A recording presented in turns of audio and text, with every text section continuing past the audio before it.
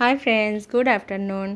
तो आज के मैं एक कुकिंग ब्लग निये चले एसेछि। आज के रेसिपि होच्छे आलू पटल और पनीरेर सब्जी। तो आलू पटल पनीरेर सब्जीटा आमि किभाबे बानाच्छि सेटाई आमि आपनादेर साथे शेयार करलाम। तो नियेछि जिरे गुঁড়ो, गोटा जिरे, गरम मशला, हलुद, दुटो शुकनो लंका, तीनटे काँचा लंका और आलू पटल और पनीरटा आमि अलरेडी आगे थेकेई भेजे रेखेछिलाम। और मशला नियेछि एखाने आदा टमेटो बाटा, आदा और टमेटो আমি পেস্ট করে নিয়েছিলাম। তো তেল গরম ছিল, তেলের মধ্যে জিরেটা দিয়ে দিলাম। এবার শুকনো লঙ্কা আর কাঁচা লঙ্কাটা দিয়ে দেবো। শুকনো লঙ্কা কাঁচা লঙ্কাটা দিয়ে দিলাম, কাঁচা লঙ্কাটাও দিয়ে দেবো। তারপর একটু চিনি দেবো অল্প করে, গ্যাসটা কমিয়ে দেবো।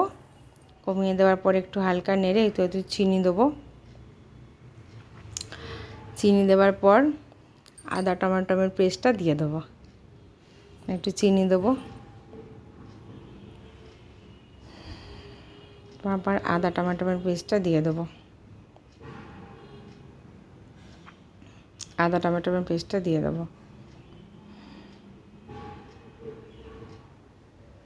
এটা পুরোপুরি টোটালি নিরামিষ রান্না, যেহেতু আমরা ভগবানকে দিয়ে প্রসাদ পাই, তো এই জন্য আমার বাড়িতে পেঁয়াজ রসুন কিছু ব্যবহার হয় না।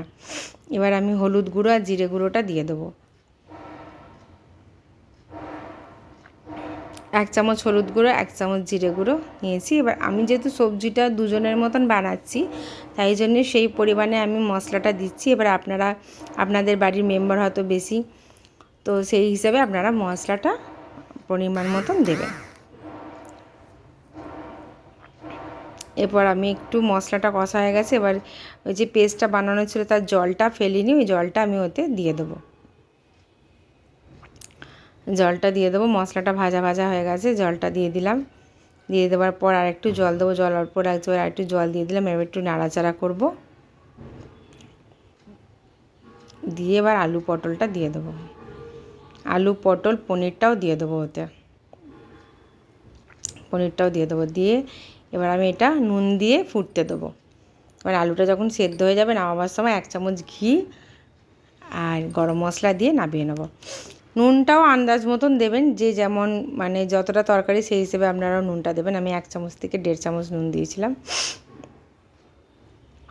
এবার এটা হালকা করে নাড়াচাড়া করে চাপা দিয়ে ফুটতে দেবো।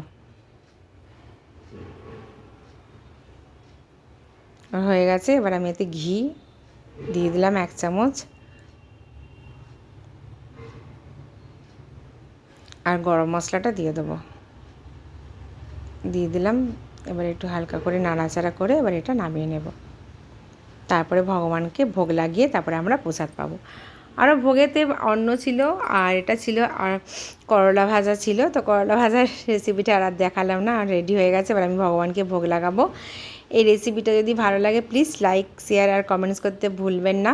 এই যে ভগবানকে ভোগ লাগিয়েছি, ডেলি আমরা ভগবানকে ভোগ লাগিয়ে সেই প্রসাদ আমরা পাই। তো এখানেই আমি রাখলাম। টাটা, বাই, ভালো থাকবেন, সুস্থ থাকবেন, রাধে রাধে।